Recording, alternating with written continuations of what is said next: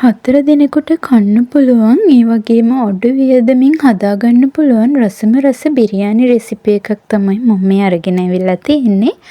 ඉතින් මම බත් එකටම දාලා තමයි චිකන් ටික මේ වෙලාවේ තඹ ගන්නේ. ඊට පස්සේ ඒකට තුන පහ ටික දාලා එයර් ෆ්‍රයර් එකේ මම බෙද ගන්නවා. ඉතින් මේ විදිහට චිකන් ටික බත් එකටම දාලා තඹ ගන්න එකෙන් බත් එකටත් හරිම උමතු රසක් එනවා. ඒ වගේම තමයි අද මම කිසිම බිරියානි මික්ස්චර් එකක් පාවිච්චි කරන්නේ නැහැ. ඒක නිසා මේ විදිහට හැදුවම හරිම රසයි.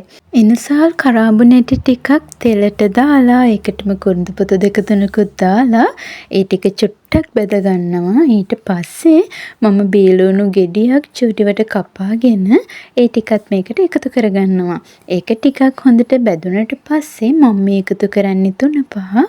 මම ඔයාලට කිව්වනේ මම කිසිම බිරියානි මික්ස්චර් එකක් අද පාවිච්චි කරන්නේ නැහැ. ඊට පස්සේ තක්කාලි ටිකකුත් එකතු කරලා ඒ ටිකත් හොඳට මෙල්ට් වුණාට පස්සේදී තමයි මම යෝගට් ටිකක් එකතු කරන්නේ. මේ යෝගට් එක ප්ලේන්, පැණි රස මුකුත් නැහැ. ඉතින් මේ විදිහට යෝගට් ටිකක් එකතු කරාම හරිම රසයි. ඒ වගේම තමයි මේකට කොත්තමල්ලි කොළ ටිකකුත් තිබුණා නම් හොඳයි. මේ වෙලාවේ මල් ළඟ කොත්තමල්ලි කොළ නැහැ. ඒ වුණාට මේ බිරියානි එක හරිම රසට හදාගන්න පුළුවන් වුණා. ගෙදර තියෙන මේ අමුද්‍රව්‍ය ටික පාවිච්චි කරලා වුණත්. යෝගට් ටික මේ විදිහට 3-5 ටිකත් එක්ක හොඳට කවලම් වුණාට පස්සේ එයර් ෆ්‍රයර් එකේ බැදගත්තු චිකන් ටික මම මේකට එකතු කරනවා. ඊට පස්සේ මේ ටික හොඳට කවලම් කරගන්න ඕනේ. මොකද චිකන් ටිකට අපි 3-5 පොඩ්ඩයිනේ දැම්මේ. මේ ග්‍රේවි එක හොඳටම චිකන් ටිකත් එක්ක උරා ගන්න ඕන නිසා මම මේ විදිහට වතුර පොඩ්ඩකුත් එකතු කරලා හොඳට කවලම් කරලා මේක පොඩ්ඩක් වහලා තියන්න තමයි හදන්නේ. ගින්දරත් මේ වෙලාවේ ටිකක් අඩු කරලා මද ගින්නේ මේක පොඩ්ඩක් තැම්බෙන්න දෙනවා. ඊට පස්සේ ඇති පමණට ලුණු දාලා මම දැන් කරන්නේ මේකෙන් ටිකක් අයින් කරගන්නවා. මොකද බත් එක එකපාරටම මේකට කවලම් කරන්නේ නැතුව ටික ටික කවලම් කරන්න තමයි මම හිතාගෙන ඉන්නේ.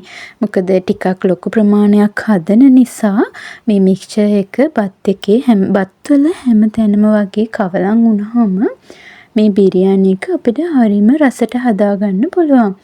ඉතින් ඒක නිසා මම මේ විදියට ටිකක් අයින් කරලා බත් ටිකක් එකතු කරනවා වළඳේ තියෙන මික්ස්චර් එකට. ඉතින් මේ විදියට එකතු කරලා ඒ ටික කවලම් කරලා අරගෙන තමයි මම මික්ස්චර් එකේ ඉතුරු ටික මේ බිරියානි එකට දමන්නේ.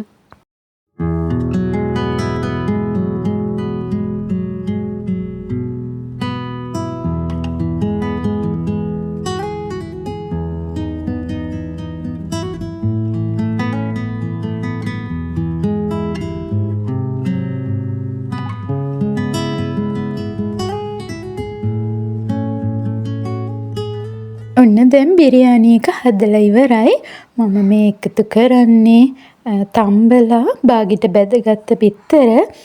ඉතින් මේ විදියට ගෙදර තියෙන දේවල් වලින් උනත් රසම රස බිරියානි එකක් අපිට හදාගන්න පුළුවන්. මම මෙතෙන්දි ගත්තේ කුකුල් මස් කිලෝ එකකටත් වඩා අඩු ප්‍රමාණයක්. ඒ වුණාට මේ බිරියානි එක හරිම රසට තිබුණා. ඉතින් ඕගොල්ලොත් මේ විදියට try කරලා බලන්න. හරිම රසට බිරියානි එකක් ගෙදර තියෙන අමුද්‍රව්‍ය වලින් ලේසියෙන්ම හදාගන්න පුළුවන්. ඉතින් ඕගොල්ලෝ මගේ වීඩියෝ එක බැලුවට ගොඩක් ස්තුතියි. ගිහින් එන්නම්.